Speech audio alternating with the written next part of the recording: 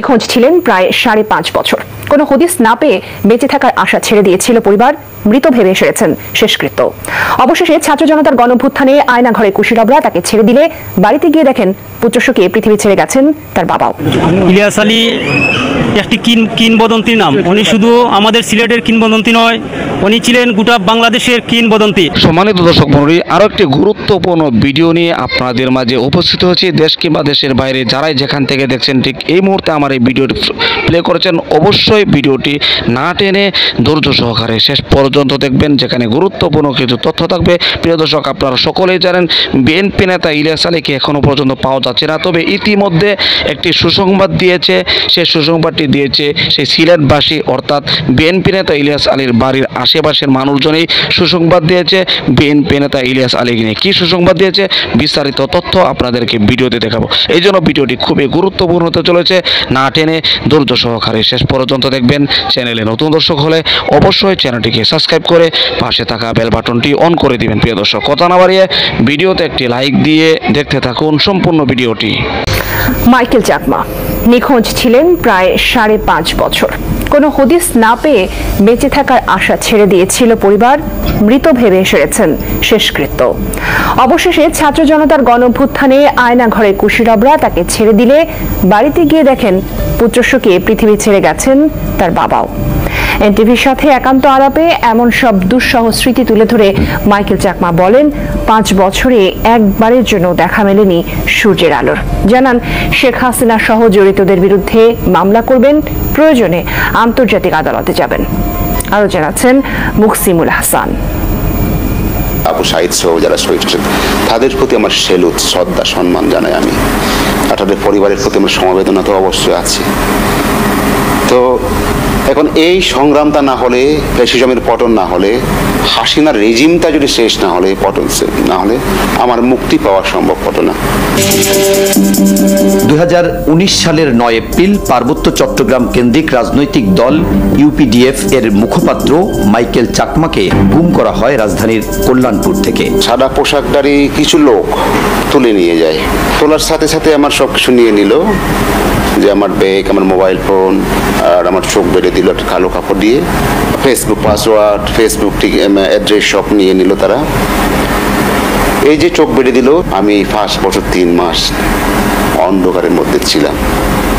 আমি বাইরের কোনো আলো বাতাস, এই পৃথিবী থেকে একেবারে বিচ্ছিন্ন অবস্থা, সেটা মৃত্যুর মতো চরম অমানবিক অবস্থায় একজন মানুষের থাকা কত যে কষ্টের, সেটা বাইরে থেকে কেউ কল্পনা করে বুঝতে পারবে না। নিখোঁজ থাকায় বছরের পর বছর মাইকেলকে খুঁজেছেন পরিবারের সদস্যরা। প্রথমে আমাকে অনেক খোঁজাখুঁজি করেছিল তারা। আমার বোন ছিল দেখায় অনেকবার। কোথাও যেন একটা লাশ পাওয়া গেছে নারায়ণগঞ্জের ওদিকে, ওই লাশটা দেখতে গিয়েছিল মর্গে, কিন্তু না, তারা নিশ্চিত হলো না সে আমি নই। এইভাবে খোঁজাখুঁজি করতে করতে করতে করতে তারা আর পরে খোঁজাখুঁজি করেনি।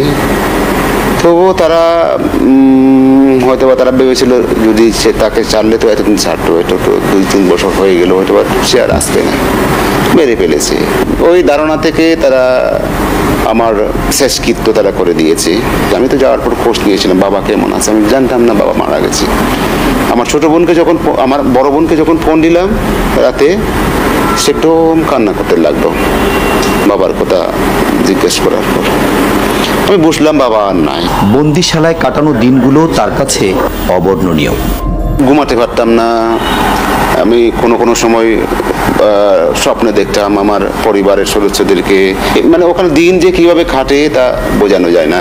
আপনি চিন্তা করেন, একজন লোক ছোট্ট একটা জায়গায় রাত দিন 24টা ঘন্টা, দিনের পর দিন, মাসের পর মাস থাকা, জানালা নাই, আর বাইরে দেখার তো সুযোগ নাই, কি সকাল বিকাল বুঝতে পারবেন না। এটাকে সিস্টেম করে রাখে ডিরেক্ট, যাতে আলোটা না ঢুকে, পূর্ব পশ্চিম উত্তর দক্ষিণ বুঝতে পারবেন না আপনি।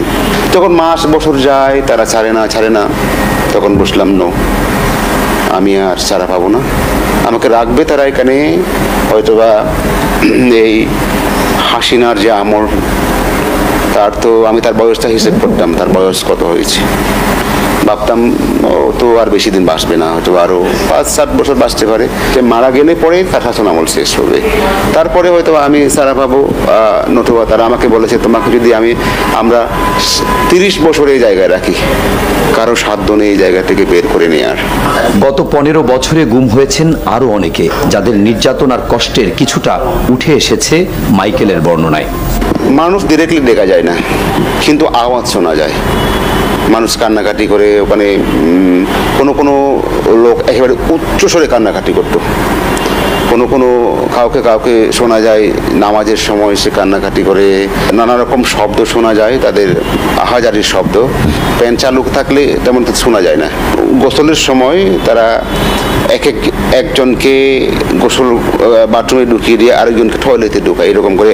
মানে ওই দরজার মধ্যে একটা ছোট্ট হোল আছে, ওই হোল দিয়ে দেখা যায় যে অন্য একজন লোককে নিয়ে আসতে। তো এইভাবে আমি অনেক লোককে দেখেছিলাম। রুম থেকে বের করলে তারা চোখ বেঁধে দেয়, হ্যান্ডকাফ লাগায়, বাইরে কিছু দেখতে দেয় না। ছাত্র জনতার গণ অভ্যুত্থানের পরদিন 6 আগস্ট ভোরে চট্টগ্রামের সড়কের পাশে চোখ আর হাত বেঁধে ফেলে রেখে যাওয়া হয় মাইকেল চাকমাকে। তার সাথে ঘটে যাওয়া অমানবিক বিচারের দাবি জানান তিনি। এর জন্য তৎকালীন যে প্রধানমন্ত্রী শেখ হাসিনা দায়ী, এবং শেখ হাসিনা সহ যারা এই খুন গুমের সাথে জড়িত তাদেরকে অবশ্যই দৃষ্টান্তমূলক শাস্তি পেতে হবে। সেই জন্য আমি আইনানুগ ব্যবস্থা যা আইনে যা বলা আছে যেভাবে করতে হয় তাদের বিরুদ্ধে আমি মামলা দায়ের করব, আমার দেশে এবং আন্তর্জাতিক আদালতেও যদি করা যায়। বিসমিল্লাহির রহমানির রহিম।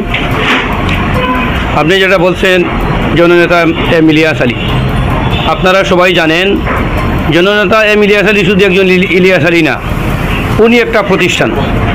উনি বাংলাদেশ জাতীয়তাবাদী ছাত্রদলের নির্বাচিত, সর্বোচ্চ ভোটে নির্বাচিত সাধারণ সম্পাদক ছিলেন। উনি সিলেট জেলা বিএনপির সভাপতি ছিলেন। উনি বাংলাদেশ জাতীয়তাবাদী দল বিএনপির কেন্দ্রীয় কমিটির সাংগঠনিক সম্পাদক ছিলেন। উনি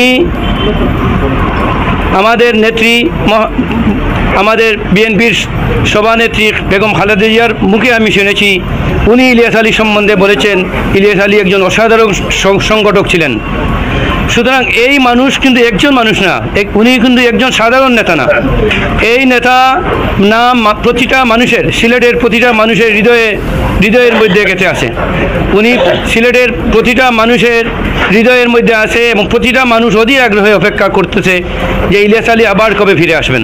প্রিয় দর্শক, আশা করি সম্পূর্ণ ভিডিওটি দেখলেন। ভিডিও দেখে অবশ্যই বুঝতে পেরেছেন বিএনপি নেতা ইলিয়াস আলী যে একজন জনপ্রিয় মানুষ ছিলেন, এটা কিন্তু সকলের মুখ থেকে প্রকাশ পাচ্ছে। যারা আগে থেকে জানে না বিএনপি নেতা ইলিয়াস আলী সম্পর্কে, তারাও কিন্তু এখন পর্যন্ত জানছে যে বিএনপি নেতা ইলিয়াস আলী যোগ্য একজন নেতা ছিলেন, বিএনপির এমনকি ভালো একজন মানুষ ছিলেন, জনপ্রিয় একজন মানুষ ছিলেন, এমনই বর্ণনা দিচ্ছেন সেই সিলেটবাসী মানুষ।